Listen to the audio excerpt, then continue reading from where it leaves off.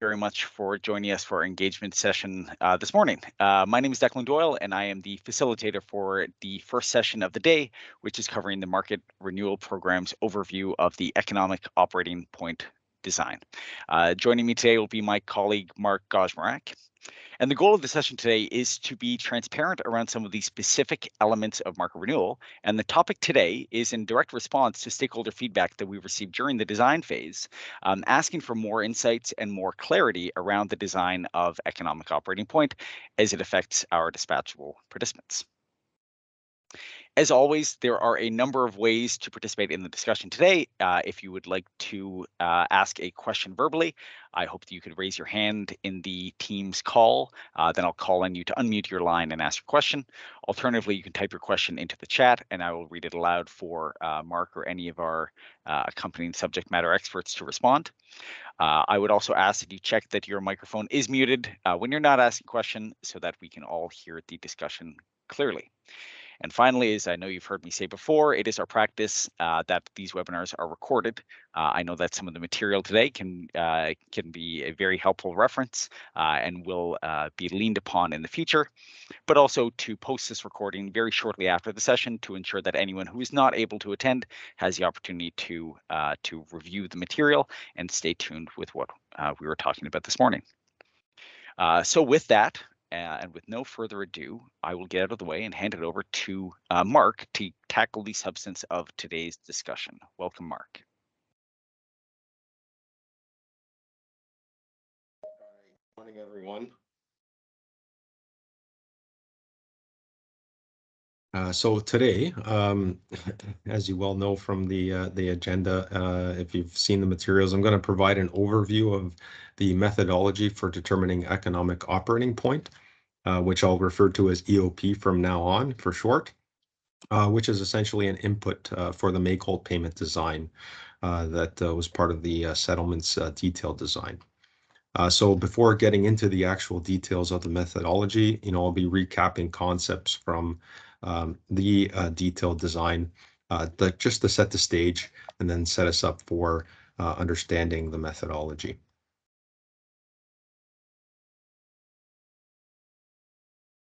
So just to start off, so even though the future market design will substantially reduce the need for make-whole payments, we do still have situations where schedule and prices will have some misalignment and place a market participant in either a lost cost or a lost opportunity scenario. So an obvious example would be, the ISO manually directing a resource to move in a certain direction. This effectively removes the resource from being optimized by the calculation engine had that manual action not taken place. But there's also some misalignment that can occur due to some inherent differences just between scheduling optimization and price formation within the engine itself. So recognizing that we still have these situations where we could have a misalignment between price and schedule to maintain reliability, we need resources to follow their dispatch schedules. So when prices and schedules don't align, a make-whole payment is a mechanism that is necessary to incentivize a participant to follow those dispatch instructions and not be concerned with deviating from those schedules to either minimize losses or maximize opportunities, given the prices that are produced. So the question becomes how much of a make-whole payment is required, and this is where economic operating point comes into play. Economic operating point essentially determines the quantity that the resource should have been scheduled to, given the LMP that was produced.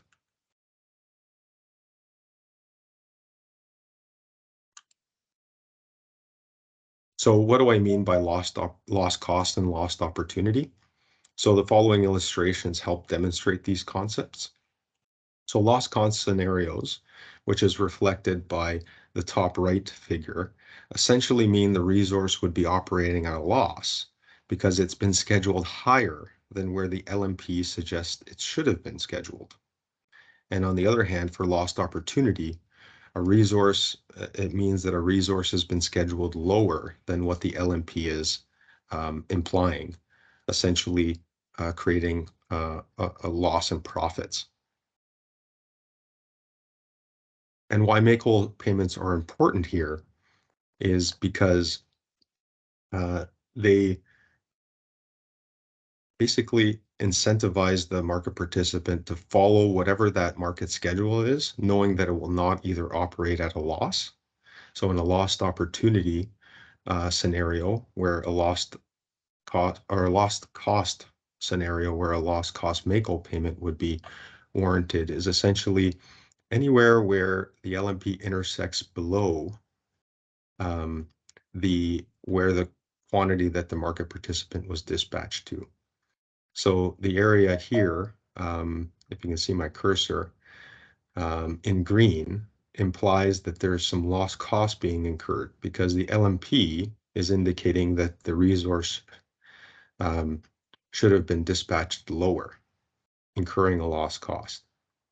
And so in the absence of a make-whole payment for this, a resource would be incentivized to operate as close to the operating point which the LMP suggests. But we want the resource to follow dispatch instructions. On the other hand, lost opportunity is the opposite scenario where we've got a dispatch schedule that is falling under where the resource technically should have been scheduled given the locational marginal price that was produced. And so a make-whole payment is a reliability mechanism to incent the resource to follow its schedule or its dispatch instruction, knowing that it will not lose profits.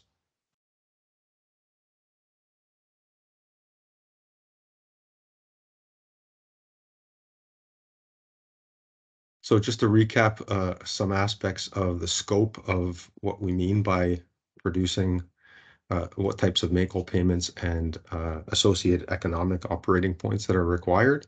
So the settlements design calls for lost cost make-whole payments in the day-ahead market, lost cost make-whole payments in the real-time market that are incremental to any lost costs incurred in the dam, and lost opportunity make-whole payments only for the real-time market.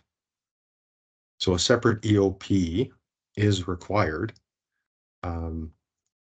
for each of these make-whole payment scenarios, and it's not required in the day-ahead market because the opportunity costs are essentially not fully realized until real time. So you don't get a full appreciation for what opportunity the resource is potentially not realizing until real time due to the nature of the two settlement of day-ahead market to real-time market. And so there are no scenarios that we have identified where a lost opportunity make-whole payment given a real-time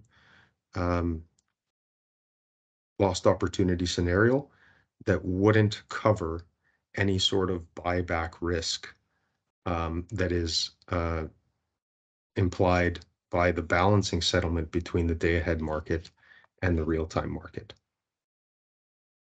So just to recap, settlements design calls for three types of make-whole payments: lost cost make-whole payment day-ahead market, any incremental loss cost in the real-time market relative to the dam, and then lost opportunity make-whole payments in the real-time market.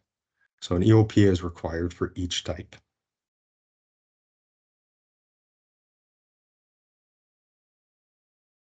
It's going to talk a little bit about resource type eligibility, again, in line with the settlements detail design. You can see that in general, this applies to any resources that are dispatchable. So where we evaluate bids and offers from market participants for specific resources. And in that evaluation, again, because we can have manual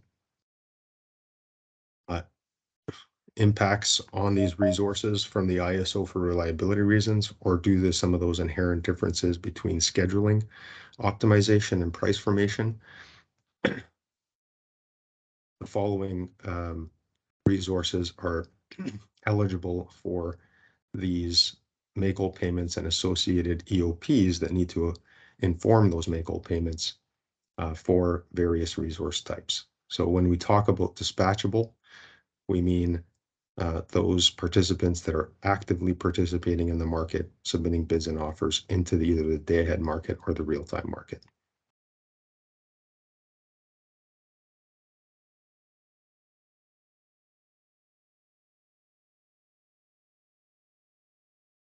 So just to shed some light on what the EOP process looks like.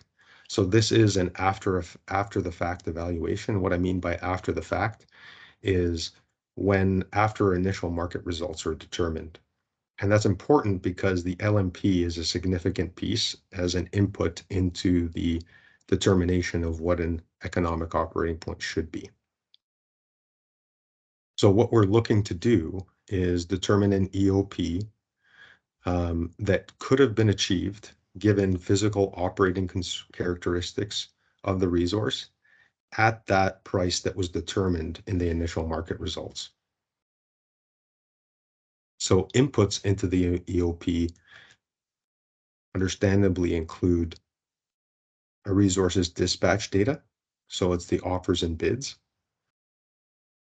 any operating constraints that were submitted by the market participant to reflect physical restrictions of resources. Those also include outages and or deratings.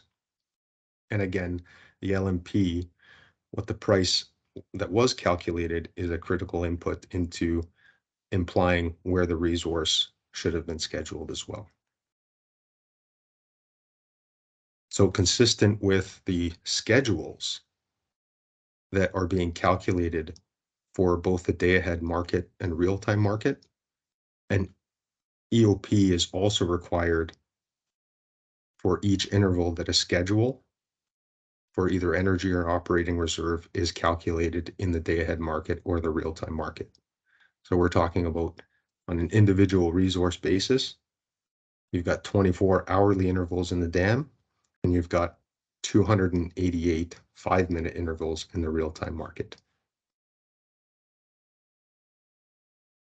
A post-processing feature is necessary, recognizing that we do have a price administration process where we evaluate whether the price that was calculated was appropriate, similar to today's market. There is a process for price administration in the future market, and to the extent that we administer prices, we need to revisit what the EOPs are, recognizing that prices are an input to that calculation.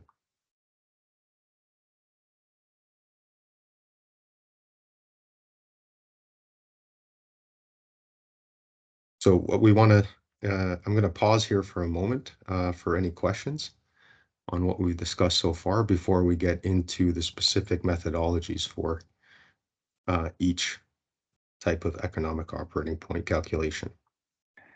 Perfect timing, Mark. We do have 2 questions which have popped into the chat. So on our first question on slide 10, the offer used in the EOP calculation after the make-whole payment, is it after the make-whole payment for market power mitigation or before market power mitigation? Oh, so this is after market power mitigation. Correct. So market power mitigation is the design is within the engine itself, and that determines the final schedules and prices, and so the EOP comes after that. Right, so it runs through the passes of the engine, and then it applies this EOP methodology for the make-whole payment. Okay, thank you for clarifying that. Second question, what is the post-processing timeframe for the EOP calculation, as you referenced a couple moments ago? Yeah, so ultimately, it is, I mentioned, after the fact, so it's after, so the question is likely, so how much after the fact? Well, we recognize some of those details are still being determined because it involves discussions with the vendors and a question of kind of feasibility around what we can achieve in a certain time frame, but ultimately it's an input to the settlements process. So we've got a window of between a day up to 4 business days to account for price administration to be able to calculate an EOP to feed into the settlements process.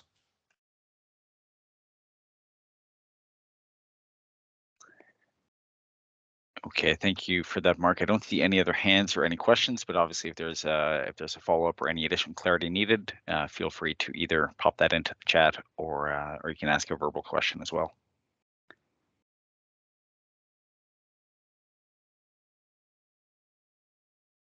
Okay, so I introduced the 3 types of EOPs kind of sequentially from the day-ahead market down to the real-time market, but I am going to start with real-time loss cost EOP methodology, just because it sets the stage from kind of what the from simplicity to more complexity. And so why I'm starting with real-time loss cost EOP, because it kind of sets the foundational stage for determining loss cost, and that there are similarities between the real-time market and the day-ahead market, and then we'll get into the lost opportunity for the real-time market thereafter.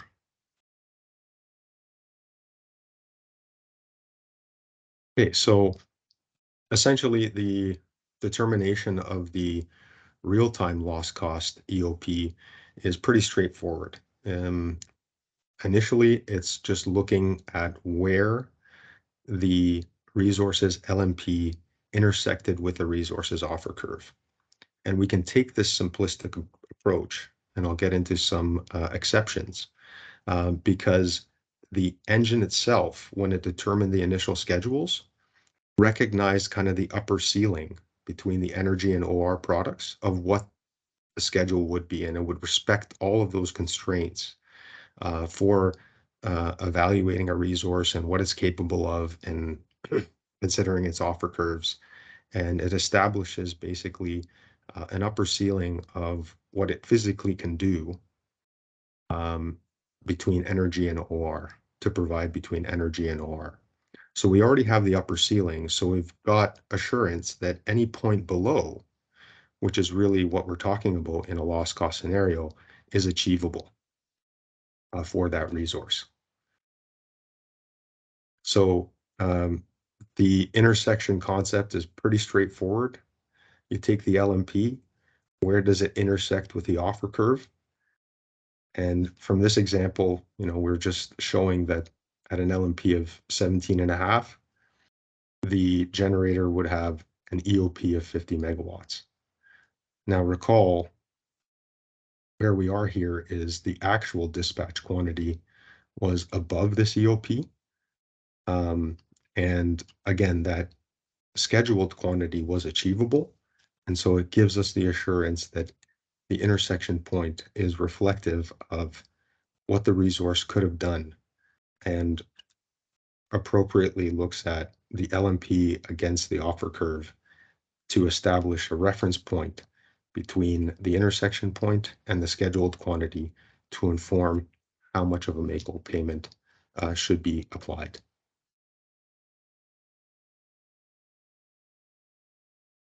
Now, we do have an exception here, and what we want to recognize, again, back to the concept of ensuring that loss cost is accounted for across a joint optimization of energy and reserve. We recognize that we do have a dispatch data parameter that market participants can submit to us called the reserve loading point, which essentially tells us the minimum amount of energy that a generator needs to be at in order to provide the maximum amount of operating reserve. And so when this particular constraint is binding, and what I mean by that is the energy may have been scheduled at a loss in order to maximize profits on operating reserve. And again, this is a resource limitation. And if that condition is binding, what we want to make sure is that we are accounting for any operating profits on the reserve at the expense of lost cost on energy, and looking to see whether the resource as a whole between both products was in a lost cost situation.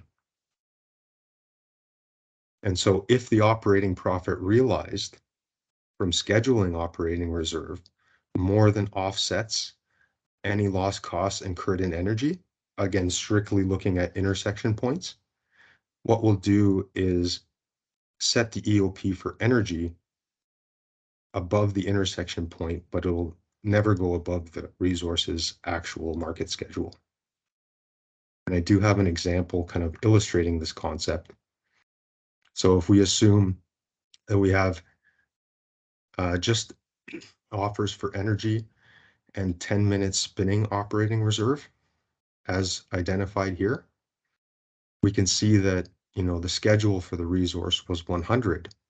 If we look at the straight intersection, we have an 80 megawatt intersection at a $20 LMP. On the 10S, we have an RLP of 100, meaning, and in this case, it would have been binding under this situation. So it was scheduled at 100 intentionally to take advantage of the need for operating reserve. And as such, there was a schedule of 50 megawatts.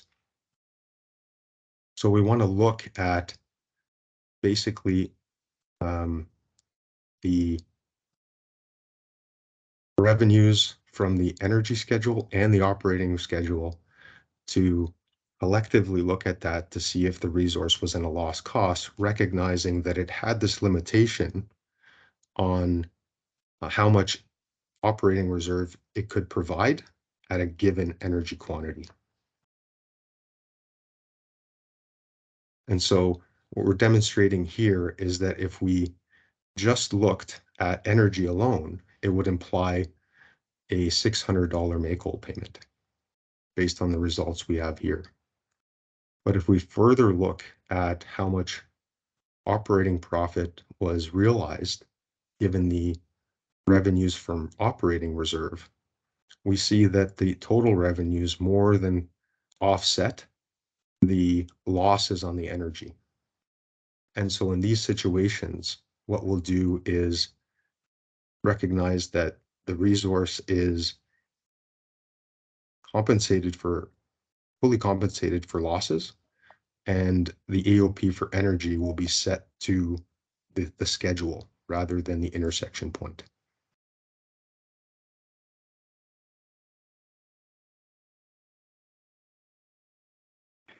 Any questions? And Mark, just while we have maybe a break in the action, Marty in the chat did note on slide 14 that we may have made a slight mistake in the calculation, that it should be 100 for the schedule minus the EOP intersection of 80 megawatts, which then the math works. 20 times 30 gives you 600. Okay, thanks. We'll have a look back at that.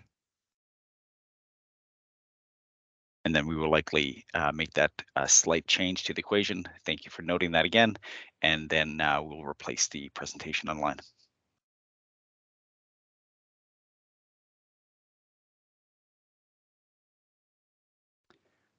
Do have a couple more questions, Mark, that have just popped into the chat. So in order, is the combined net operating profit of energy and ore considered when calculating any other make-whole payments?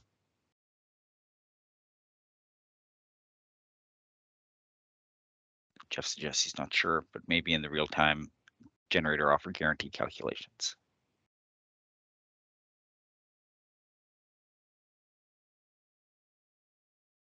I think there are considerations for commitment costs that are embedded in the settlements design. what I suggest that we do is maybe ask for that question to be kind of submitted to us, and we can follow up on it. Yeah, we can definitely take note of that. Thank you for the question, and follow up with research and a note back on our engagement page and a note back to participants who were in the session. And again, I just want to stress that it's not to deflect, but just that the focus is on just determining the methodology for determining economic operating point. It does this presentation doesn't consider all the downstream um, uh, uh, settlements, procedures, and formulations for assessing different aspects of that contribute to a make-whole payment associated with commitment costs or non-commitment cost resources. And now that we've opened the door on joint optimization between energy and OR, we do have a follow-up question. So for normal energy or OR joint optimization without reserve loading point binding, does it adjust the EOP to offset the gains and losses between energy and OR, same as the example which we've shown? And then Andrew continues, for example, a loss on energy is minus 100, gain on OR is 100. Is the EOP set to cancel the make-whole payment in a case like that? Okay, I do understand the question. I'm going to ask Anthony Clementi if he can kind of, who's our expert on the EOP formulations, and kind of tie into the make-whole payment settlements, if he can provide a response now. Good morning, all. Implicitly, it would go through the same exercise, but mechanically, all it has to look at is the loss cost scenario. So that would be the situation where the dispatch is above the economic operating point. The scenario that you're painting here would have a scenario where one of the products is in a loss cost scenario and the other might be the opposite. But for the loss cost determination, we only care about the one side of it.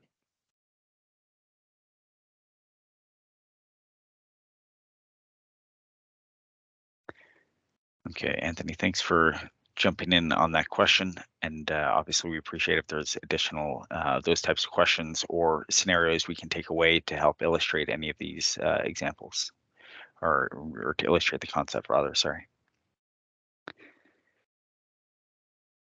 Yeah, so I mean, the short answer is it's only when RLP binds is this methodology applied. And yeah.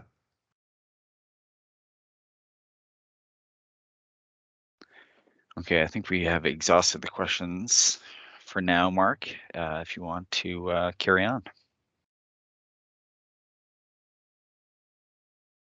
Okay, going to move on to day-ahead market loss cost methodology.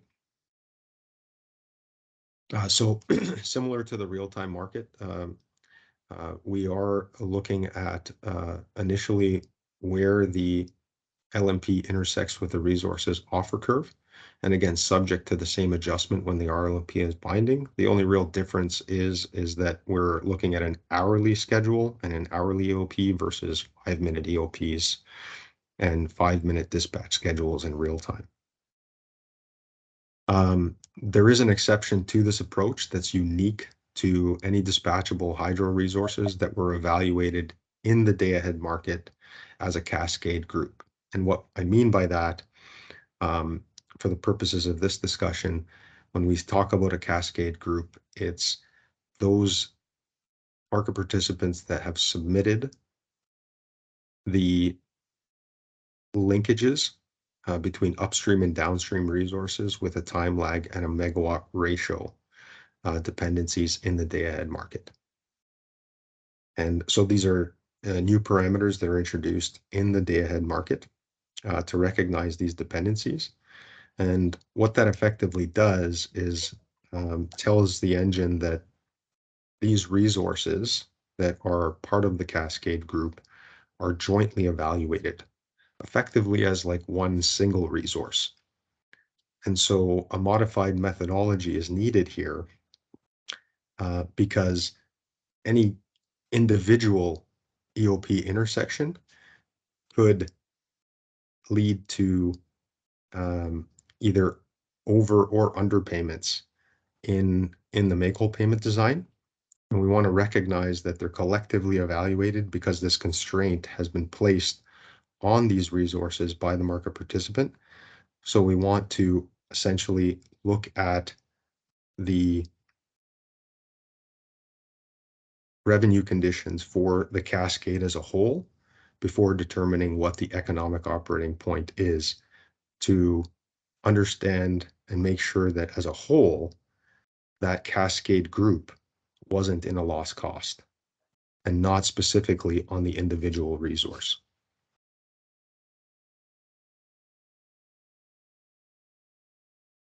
So again, the intent of design here is to basically set the EOP to the dam schedule where the resources are in a lost cost situation due to their own physical limitations. And what we mean by physical limitations is when a market participant is essentially placing a restriction on any individual resource and recognizing that there's these dependencies that are influencing the schedules on upstream and downstream resources collectively. If physical constraints on one is driving the schedule on another resource that's either downstream or upstream, a make-whole payment isn't warranted in that situation because it was to respect the constraints of the market participant and the resources that they're operating. So I'll get into a little bit about that on the next slide. So again, what we're trying to do is essentially determine whether or not the schedule was driven by a constraint by the market participant or not. And so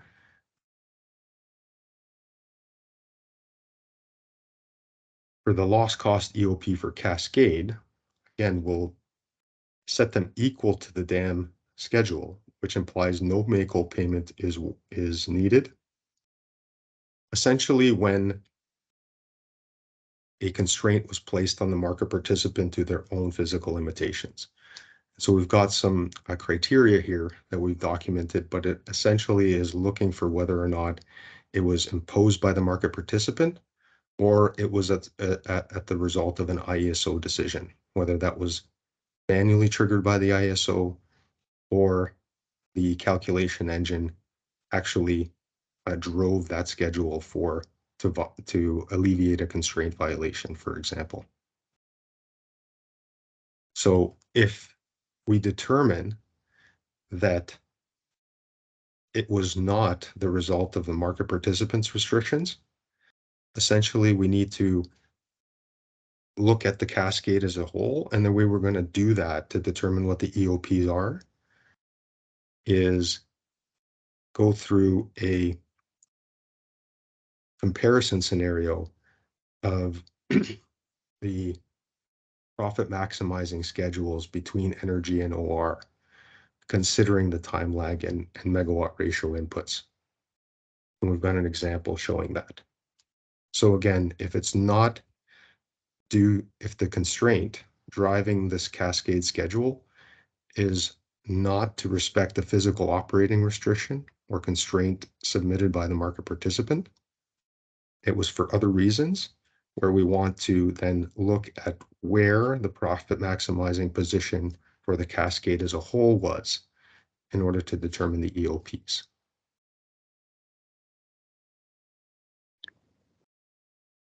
Sorry, Mark, pause do there. you want questions before you walk through the example? Because we just have a couple I think you can Sure, address. That's fine. Okay, great. So maybe we'll handle Amy's first. Mark, if you can confirm that this only applies to resources submitting dispatch data to Link, Cascade Group with time lag and the megawatt hour ratio. That is correct. So this approach would only apply when those dispatch data parameters are in place or submitted. Okay. Then Marty asked, if the minimum loading point and the reserve loading point registered values are the same, do you envision any binding scenarios?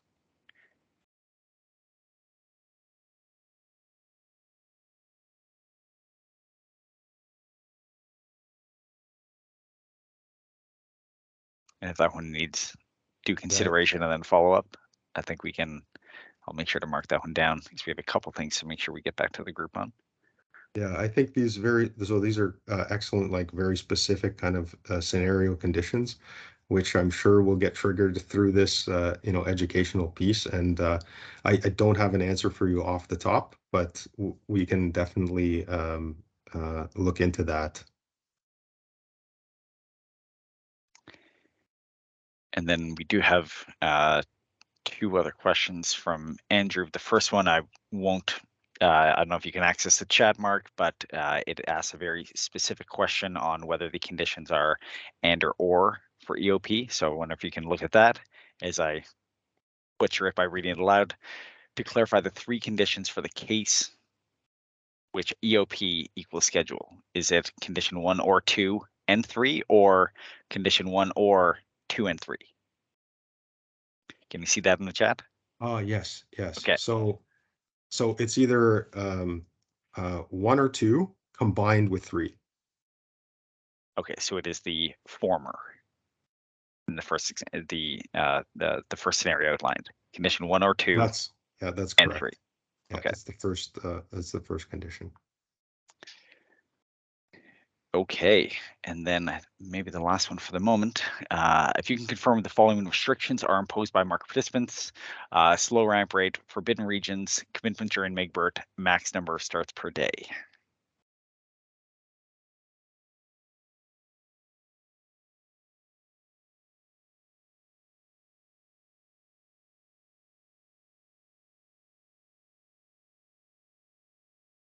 Yeah, so what I'll say is for if this is specifically to the Cascade, I just want to clarify that so I can provide the right answer. So again, what we're looking for here is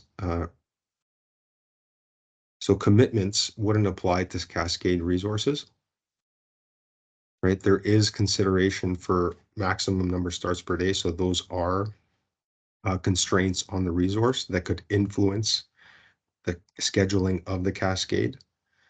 The ramp rates, again, what I mentioned earlier was because we've determined the per ceiling through the original optimization of the engine, we have assurance that the resources are able to achieve a point on the curve anywhere below that in a loss cost scenario. Oh, I've got another comment. Yeah, just following up. So Lee, if you could, if you wouldn't mind kind of maybe just elaborating on the situation that you're looking to get some clarity on, only because we're on the topic of Cascade. So I'm interpreting the question as, does it apply to do these things apply to the Cascade?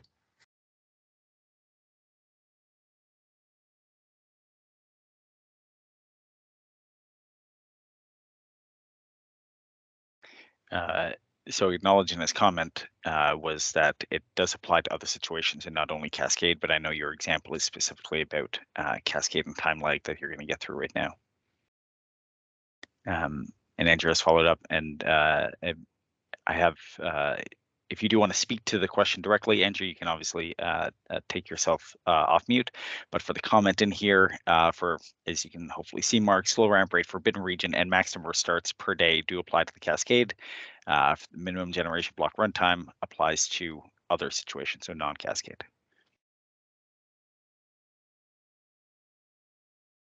No, that's a pretty detailed question. Yeah. What I would suggest, just to be able to answer the question with clarity and specificity, I would recommend that that you submit kind of your question after the meeting, and we can have a detailed look at that.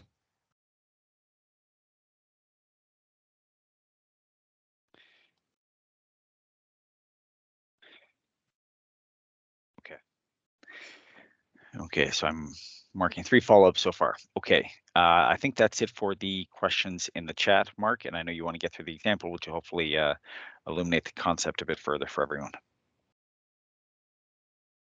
Yeah, so just on the notion of, so the situation we're in is that we've ruled out that the cascade schedules are not being influenced by market participant constraints, scheduling constraints.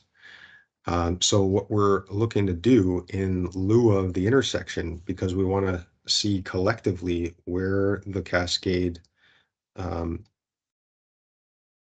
was from a loss cost scenario, is determine where the profit maximizing points for these resources for a given set of hours. And so what we're essentially doing is, given the 2-hour time lag, for example, in this case, what are the profit maximizing EOPs for hours 1 and 3, 2 and 4, 3 and 5, and so on? Because the cascade parameter, once submitted, applies for the entire day-ahead market day, right? And the engine will evaluate those resources against other resources to effectively determine what the schedules will be in respect of the time lag and the megawatt hour ratios. So essentially what we're doing is going through all possible combinations to determine where the profit maximizing point was, and that ensures that the cascade as a whole was not placed into a loss cost scenario.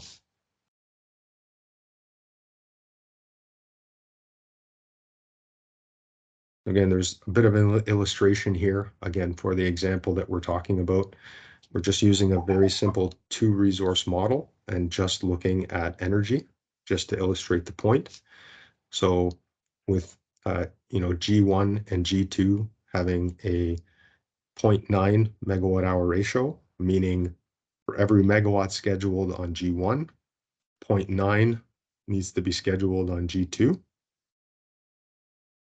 We're looking at all combinations from 0, 0, all the way through maximum capability on G1, which translates to 81 with a 0.9 megawatt hour ratio, and looking at the operating profits earned and finding the maximizing point, which happens in this case to be 50 megawatts and 40 megawatts for G1 and G2 at the LMP. And so you can see that everything above and all combinations above and below lead to a lower combination of operating profits. And so the EOPs here would be 50 and 45 for the cascade collectively.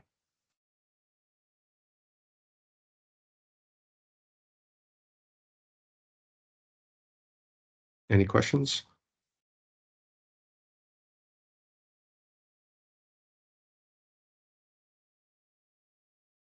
I don't see anything fresh, Mark. Okay. So thank you for you to carry on. Okay, so again, we've I think, established. I think I spoke too soon. Additional question, is the economic operating point megawatt hour ratio a function of generator efficiency? I think that's relating. Go ahead. So the megawatt hour ratio parameter is essentially telling us for just X amount of energy scheduled on resource and an upstream resource, what needs to be scheduled on the downstream resource to respect the flow requirements on a specific river system or a cascade river system when they are in effect. So it's not meant to be tied to generator efficiency. It's a physical restriction that is imposed on a river system where,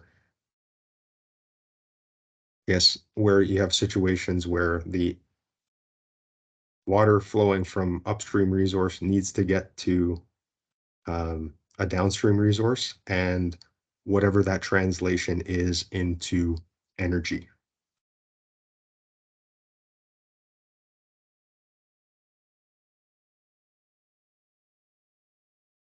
Right. Yeah. So it's the market participant is articulating how that translates into energy requirements.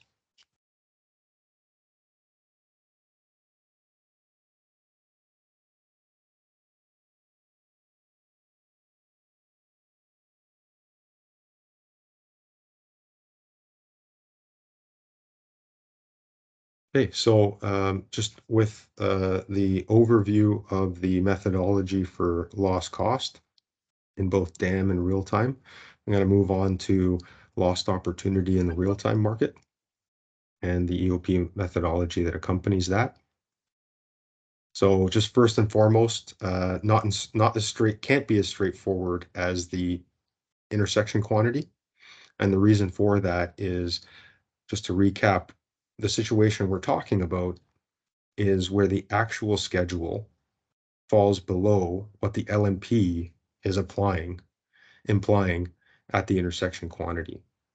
And so any point on the curve between the actual schedule and the LMP, what we want to make sure is that the resource is feasibly capable of reaching a point on this curve, and wherever they're feasibly capable of reaching the point on this curve, given the LMP, will establish the economic operating point.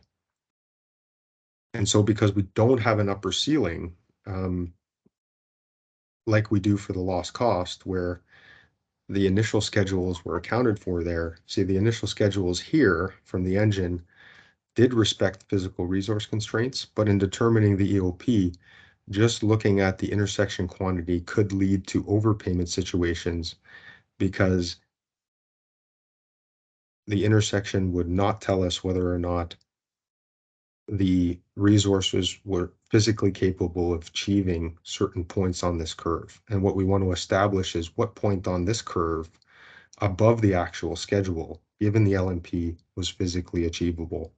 And again, that's to make sure that the incentives are still there to follow that dispatch instruction, knowing that there are, they don't have, the market participant doesn't have to be concerned about losing profits that were implied by that LMP, but only to the extent that that quantity corresponding to that LMP is actually achievable. And this gets a little more complicated looking at the joint optimization of energy reserve. And so what we're planning to do here is actually do an optimization of the resource in isolation with an LMP as the input.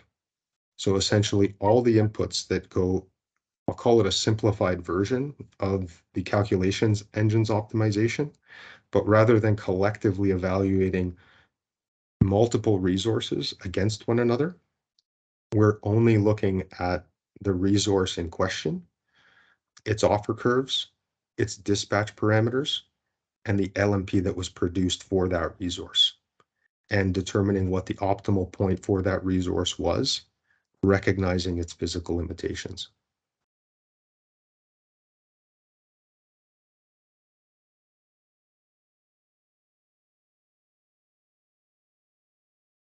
Okay, and just to illustrate the potential for overpayment situations, we have an example where we are a co-optimization example, if you will, where, let's say, for example, the resource was offering 50 megawatts at $30. The LMP came at 35.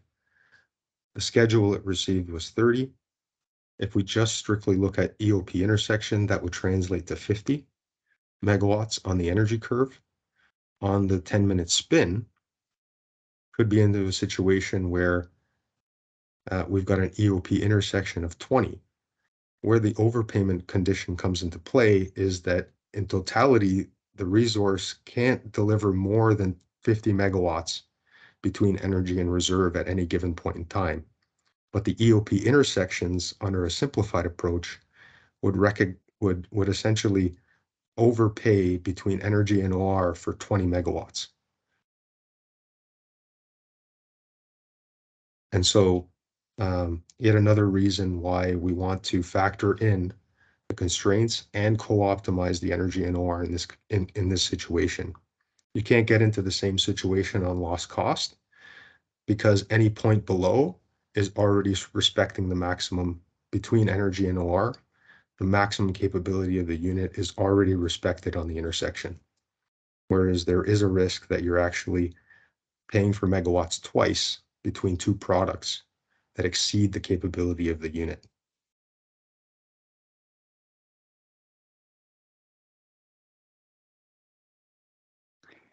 Mark, this is a good time to jump in with two questions. Marty asked earlier, I think in relation to the image on slide 24, if this is a ramp rate consideration only. But I missed the exact timing of that question. So I'm, Marty, if you have any additional context to provide. And Mark, I'm not sure if you can handle that without that context. Ramp rate is definitely a consideration here, but it does factor in everything else. So every constraint that was submitted by the resource is essentially reserved, and we are using those same constraints that were submitted at the time that the engine evaluated to evaluate the EOP.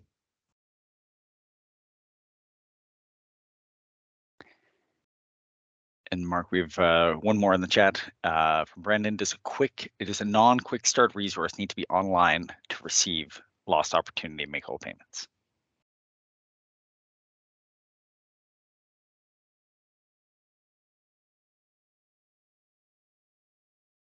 So again, yeah, so non-quick start resource needs to be online to receive lost opportunity. I apologize, Brandon, I just don't have it right off the top of my head. There are a lot of pieces into the make-whole payment eligibility. This was specifically focused on how we determine an EOP.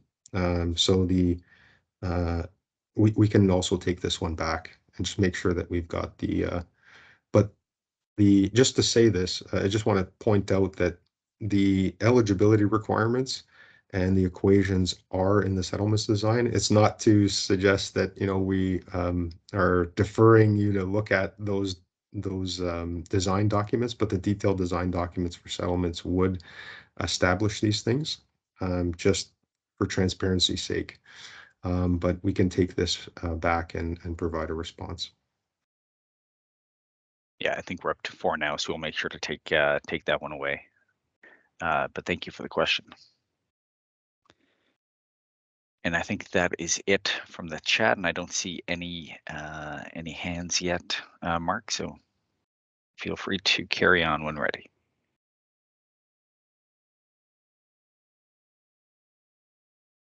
Okay, so I largely covered a lot of these concepts, just essentially why we are looking to perform an optimization to determine the lost opportunity EOPs in real time, and kind of how it differs from the normal optimization that the calculation engine is doing for all resources. So again, just the main points here is that we have the LMP that we want to assess the resource against. That becomes an input to EOP, and we're just optimizing the resource in isolation because we have its LMP.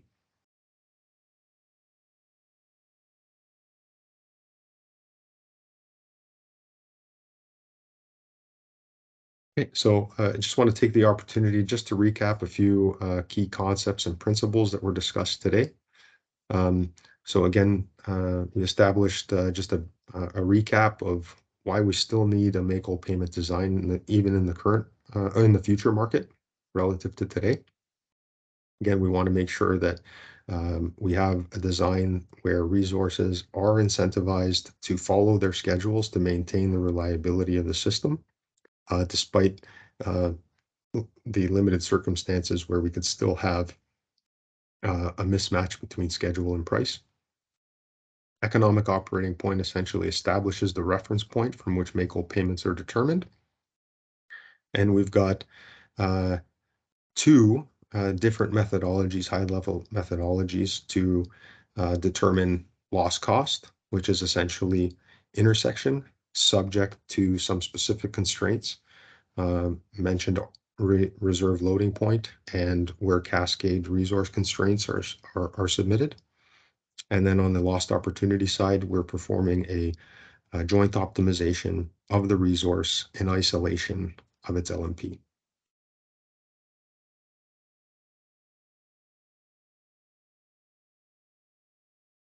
And with that, I will pass it back over to Declan. Great. Thanks very much for that, Mark. I don't see any other questions. Firstly, being thankful and noting we've had a number of great and detailed questions as part of the discussion this morning.